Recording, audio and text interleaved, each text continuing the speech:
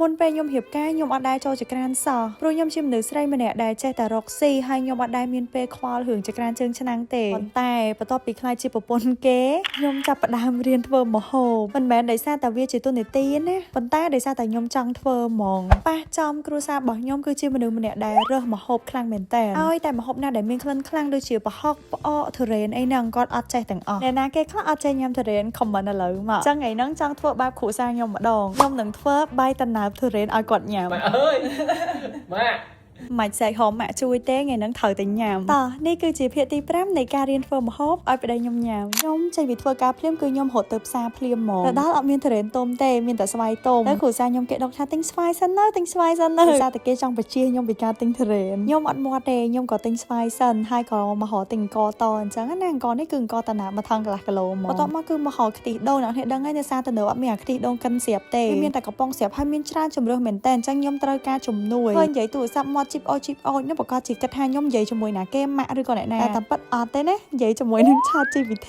ដោយសារតែទឹកខ្ទិះនោះវាមានអា creamy មានអាធម្មតាហើយខ្ញុំអត់ដឹងថាមួយណាដែលគេយកទៅធ្វើផ្អែមចុងក្រោយ ChatGPT ឲ្យយកធម្មតាខ្ញុំក៏យកតាមវាទៅហើយខ្ញុំក៏ទៅទិញម្សៅឆាតែតាមពិតទៅម្សៅឆានៅផ្ទះខ្ញុំសល់មកកញ្ចប់ហើយក៏ទៅដើរវែកពេញផ្សារដើម្បីរកស្លឹកតើយហើយអត់មានសោះហើយខ្ញុំនឹងក៏អត់ដឹងទៀតថានៅផ្ទះខ្លួនឯងមានដើមតើយឡើងប៉ុណ្ណាណីមកដល់ផ្ទះដើម្បីធ្វើបាយតណាទុរេនគ្រាន់តែមើលទម្រង់នៃការចាក់អង្គនេះក៏ fail ដែរចាក់តង់អាកដាស់ថ្នាំអីនោះចូលទៅជាមួយទៀតនេះលើកទី1របស់ខ្ញុំដែលខ្ញុំចំហុយបាយតណើបអ្នកទាំងអស់គ្នាអញ្ចឹងខ្ញុំមើលអ៊ីនធឺណិតគេឲ្យត្រាំកចោល2ម៉ោង3ម៉ោងសិនអញ្ចឹងឥឡូវកយើងត្រាំចោលហើយយើងមកកាត់ស្លឹកតើយនៅមុខផ្ទះខ្ញុំនៅផ្ទះរងថ្ងៃប៉ុន្តែដឹងថាផ្ទះខ្លួនឯងមានដើមតើយទេពេលដែលម៉ាក់ខ្ញុំនៅខេត្តខ្ញុំខំឆាតទៅម៉ាក់ឲ្យរកបេះតើយឲ្យខ្ញុំទៀ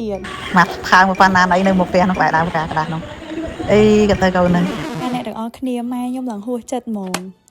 ខ្ញុំកាត់ចូលមក2ម៉ោងក្រោយបន្ទាប់ពីខ្ញុំត្រាំករួចខ្ញុំអត់អាចរងចាំដល់3ម៉ោងបាននៃវាយូរខ្លាំងពេកខ្ញុំគិតថាប៉ុណ្ណឹងប្រហែលជាអាចចំហុយបាននៃវារីកល្មមគួរសមអញ្ចឹងយើងក៏យកអង្គរបស់យើងដែលបានត្រាំទឹកចោលហ្នឹងយកមកលាងដើម្បីសម្អាតវាអ្នកទាំងអស់គ្នាពងលាងអង្គហ្នឹងក៏នឹកឃើញដល់រឿងអស់សណោចមួយពីរអ្នកប្តីប្រពន្ធខ្ញុំកាលនៅឆ្លាញ់គ្នាពីក្មេងៗនាំគ្នាមើលអ៊ីនធឺណិតឃើញគេថាយកទឹកដែលយើងលាងអង្គហ្នឹងមកលុបមុខរាល់ថ្ងៃទៅគឺមុខយើងសភ្លឺថ្លាហើយអត់កើតមុនពេលហ្នឹងមុខពួកខ្ញុំកើតមុនដូចគ្នាហើយអត់ចេះអីទេគឺថាយកទឹកអង្គដែលលាងអង្គហ្នឹងលុបមុខរាល់ថ្ងៃដើម្បីឲ្យតែបានមុខភ្លឺសអីអញ្ចឹងហើយខ្ញុំជឿថាឥឡូវក៏នៅមានអ្នកធ្វើអញ្ចឹងដែរតែប៉ុន្តែយើងគ្រាន់តែចង់បានមុខសភ្លឺវាអត់ពិបាកអញ្ចឹងទេឥឡូវគេមានម៉ាស់ស្លឹកដែលផ្សំចេញពីអង្គឲ្យយើងបិទតាទៅនៅពេលណាបិទពេលហ្នឹងទៅម៉ាស់ស្លឹកមួយនេះគឺពួកខ្ញុំធ្វើឡើងមកសម្រាប់ដែលគាត់ចង់បានមុខភ្លឺថ្លាចេញពីខាងក្នុងក្រោយបករួចដោយពួកខ្ញុំនឹងឯងសម្រាប់ឈ្មោះវាគឺ Sunrise Brightening Radiant Mask តែអ្នកនរលើតែឈ្មោះគឺដឹងហើយថាម៉ាស់ហ្នឹងគឺផ្សំចេញពីអង្គហើយអង្គដែលផ្សំចេញមកហ្នឹងគឺពីអង្គ E-chon អង្គ E-chon គឺជាអង្គដែល premium របស់ក្រេមួយដែលគេដាំឲ្យស្ដាច់ក្រេសើយកាលពីជំនាន់មុនគ្រាប់វាកតលអញ្ចឹង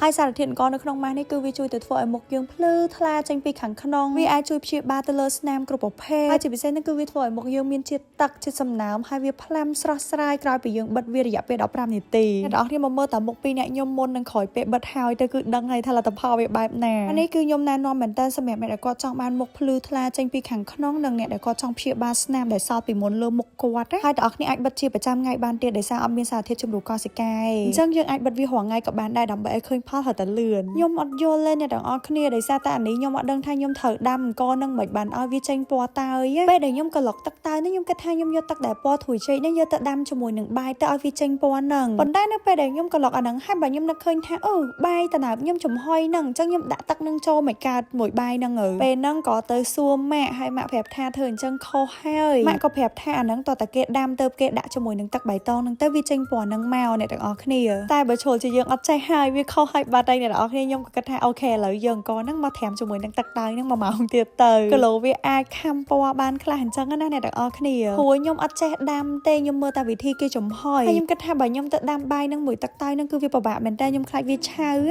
មកដល់វគ្គនេះដាំអង្គហើយដាំអង្គដាំបាយត្រាំអង្គអូ my god អង្គហើយដល់ណាខ្លួនឯងត្រូវធ្វើអីគេតក៏នឹក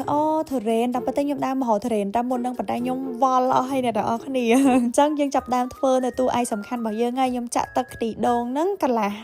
ដបហ្នឹងហ្មងកន្លះដបហ្នឹងដូចជាខ្ទង់250មីលីលីត្រអ្នកទាំងអស់គ្នាព្រោះដោយសារខ្ញុំចាំដាក់ខ្ទិះដូងហ្នឹងមកកាតុងហ្នឹងគឺវា500មីលីលីត្របន្ទាប់មកបើកភ្លើងតិចហើយចាប់ដើមដាក់ជាមួយនឹងទុរេនរបស់យើងចូលបើអ្នកទាំងអស់គ្នាឆ្ងល់ចូលចេញទុរេនមកពីណាអត់ឃើញទិញផងទុរេនហ្នឹងគឺខ្ញុំទៅទិញនៅផ្សារផ្សេងនឹងឯងមានជាការដាក់ទុរេនចូលបដាបើក YouTube មើលបដាព្រោះតែឆ្ងល់ថាហេតុអីទុរេនហ្នឹងវា អត់ព្រមអាលីអញ្ចឹងព្រោះខ្ញុំមើល YouTube គេអត់មានគេច្រាមតរេនហ្នឹងឯងគេដាក់ចូលទាំងដុំអញ្ចឹងដែរទាំងអស់គ្នារហូតដល់ខ្ញុំក៏មកសទូយូរដែរហ្នឹងខ្ញុំកិនវាខ្លួនឯងផងអីផងបានវាជាចូលជាតិអញ្ចេះហើយអ្នកនរគ្នាពេលដែលវាខ្ទេចអត់ទៅវាទៅជាផ្ទុះអ្នកនរគ្នាពេលហ្នឹងខ្ញុំភ័យមែនតើវាផ្ទុះឡើងភុះហ្មងត្រូវការឲ្យយើងកោវារហូតហើយឡើងចេញអាទឹកតរេនហ្នឹងចេញក្រៅឆ្នាំងហ្មងណាពេលហ្នឹងគឺខ្ញុំដាក់អំបិលមកចិបហើយស្ករវិញខ្ញុំដាក់បានបន្តិចទេអ្នកនរគ្នាខ្ញុំឃើញនៅក្នុងវីដេអូ YouTube គេដាក់ច្រើនណាប៉ុន្តែខ្ញុំគិតថាតរេនហ្នឹងវាផ្អែមហើយវា need to ដាក់ស្ករច្រើនមែនអញ្ចឹងខ្ញុំដាក់តែបានបន្តិចហើយពេលដែលវាពុះម្សៅទៀតខ្ញុំចាក់ទឹកម្សៅឆាចូលដើម្បីឲ្យវារៀងខាប់អញ្ចេះប៉ុន្តែវានៅតែផ្ទុះអ្នកនរគ្នាជួយ comment ប្រាប់ខ្ញុំតិចមើលហេតុអីបានវាផ្ទុះអញ្ចឹងវាផ្ទុះឡើងខ្ទៀតចេញក្រៅឆ្នាំងហ្មងណាបន្ទាប់ពីកូរម្សៅឆាហ្នឹងឲ្យវាពុះម្សៅទៀតហើយឥឡូវហ្នឹងឆ្អិនហើយខ្ញុំទុកវាបន្លែកសិន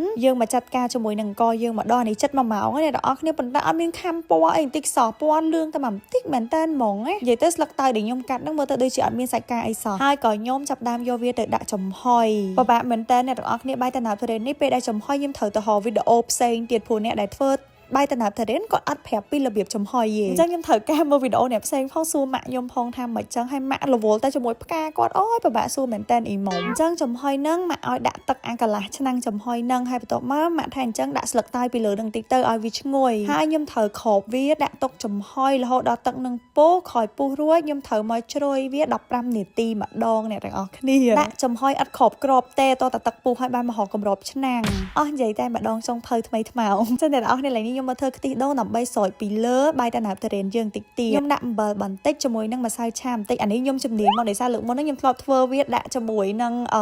អាម៉ុកខ្ញុំម្ដងហើយយ៉ាអ្នកទាំងអស់គ្នាគេដល់ម៉ោងជ្រោយបាយហ្នឹងណាគេជ្រោយបាយតាណាលើកទី1នេះអ្នកទាំងអស់គ្នាពេលហ្នឹងបាយតាណាហ្នឹងគឺខ្ញុំជ្រោយតែ2ដងឯអ្នកទាំងអស់គ្នាជ្រោយ2ដងគឺវាឆ្អិនមកអានេះគឺខ្ញុំមកជ្រោយលើកទី2នេះហើយមកទៅតំណងញ៉ាំដែរតើមានតែអន់អីនេះក្រោយប្រហែលជាកន្លះម៉ោងជាងក្រោយគឺបាយតាណាបយើងឆ្អិនតែម្ដងតំណងមែនតើហ្មងអ្នកទាំងអស់គ្នាខ្ញុំកាន់ខ្ញុំអីមកទៅដូចអ្នកចេះសនំសនួនអញ្ចឹងណាប៉ុន្តែតាមពិតគ្មានចេះអីមកបៀកទេមើល YouTube ទាំងអស់អញ្ចឹងឥឡូវបាយតាណាបតរេនយើងបានចេញជារូបរាងហើយអ្នកទាំងតំណងអស់យើងដល់វគ្គចាប់គណៈកម្មការយើងឲ្យភ្លុកឲ្យគណៈកម្មការលើកនេះមកកប៉ិតចំមកកប៉ិតអីចាគណៈកម្មការនេះគឺស្អប់តរេនសាហាវហ្មងហាវញ៉ាំមិនក៏អត់ព្រមញ៉ាំដែរអ្នកទាំងអស់គ្នាដាច់ខាតតែម្ដងមកចុកខ្ញុំមុនអីណាណៃនេះគុំតែឃើញខ្ញុំប្រឹងធ្វើរាប់ម៉ោងឯណាបានព្រមភ្លក់អីប៉ុន្តែមុននឹងភ្លក់នឹងដកខ្ញុំធ្វើបាយតាណាបស្វាយទៅធ្វើបាយតាណាបស្វាយទៅ ไม่เรียบเรียบ អត់ទៀតទេរបស់គេថ្លៃណា ម៉ាក់អើយ